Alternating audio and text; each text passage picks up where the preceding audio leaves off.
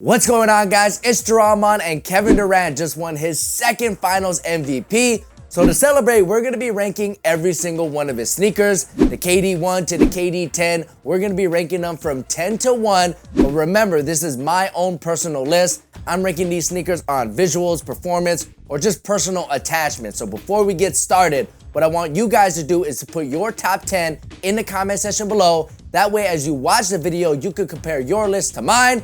So let's get started.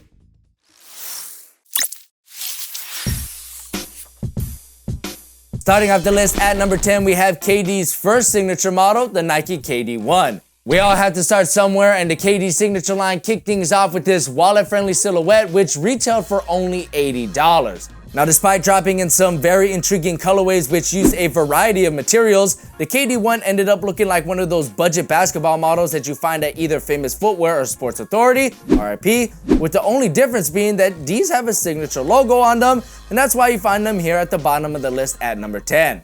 Next up at number 9, we have the Nike KD8. When KD's A signature model dropped back in 2015, there was a ton of hype around it in the Encore community, thanks to the fact that it had a fly-weave upper and a full-length articulated Zoom air cushioning system.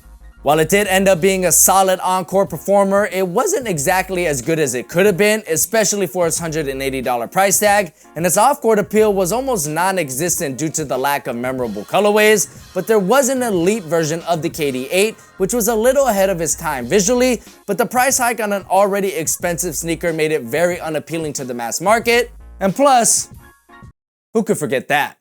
Coming in at number 8, we have the Nike KD5.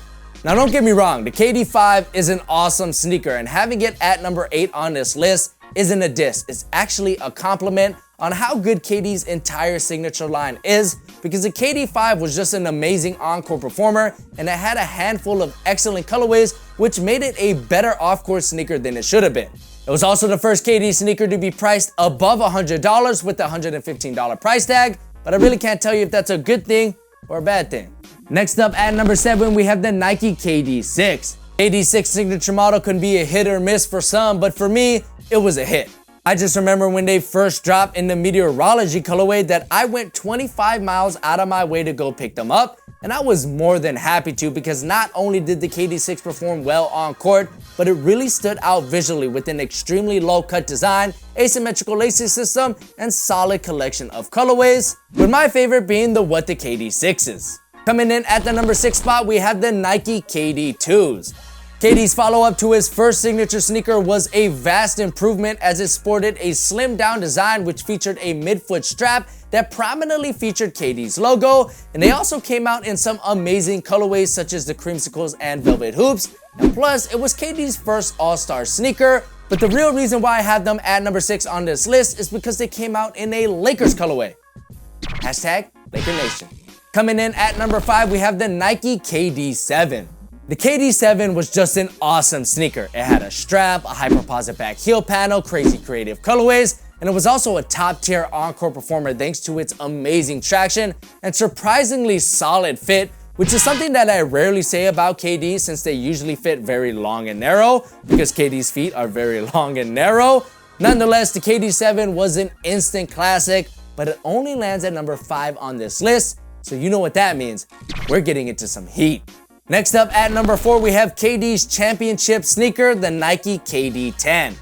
Now, I myself was very disappointed with the KD10s, not because they're bad looking or a bad performer, because none of those things are true about this sneaker, but because it's pretty much identical to the KD9.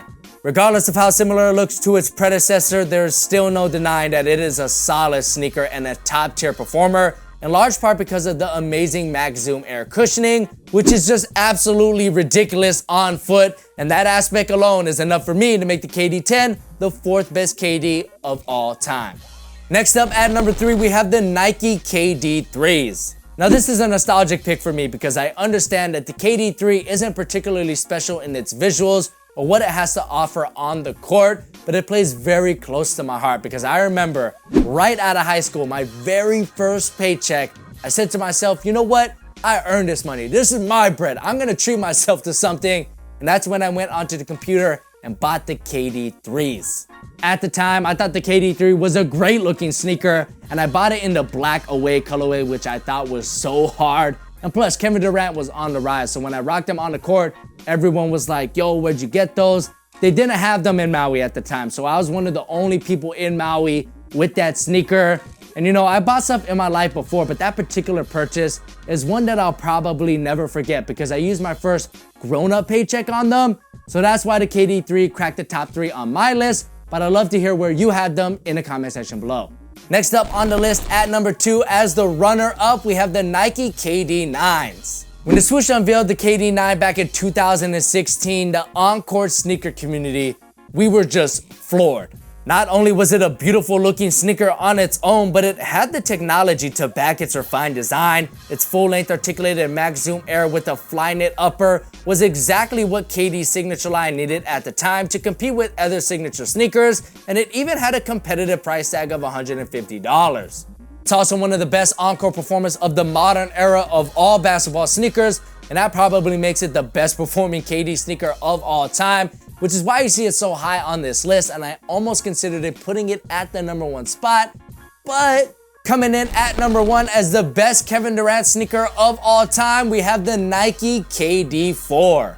Kevin Durant's 4 signature model was really his first banger, in large part thanks to the copious amount of spectacular colorways, the Weathermans, the Christmas, the On Pearls, the Nerfs, All-Stars, gold medals, Year of the Dragon, scoring titles. I mean, the list goes on and on. And oh yeah, by the way, it's an amazing looking sneaker in its own right with its ultra low cut design and unique strap. The KD4 is just my favorite KD sneaker of all time. Sure, it could have been a better encore performer, but at only $95, and like I said, the copious amount of spectacular colorways, that's enough for me to make the KD4 the best Kevin Durant sneaker of all time. So there you guys have it. That was my top 10 list of the best KD sneakers. Be sure to check out my first impressions video of his next sneaker, the KD11, right here on my left. I got a lot to say about it. It's a very interesting looking sneaker, so go ahead and click that over here. And also click my logo on the right to get subscribed to my channel so you can get updated with all my performance reviews, first impressions, NBA Talk videos, all of that good stuff. Go ahead, click right, click left, whatever floats your boat.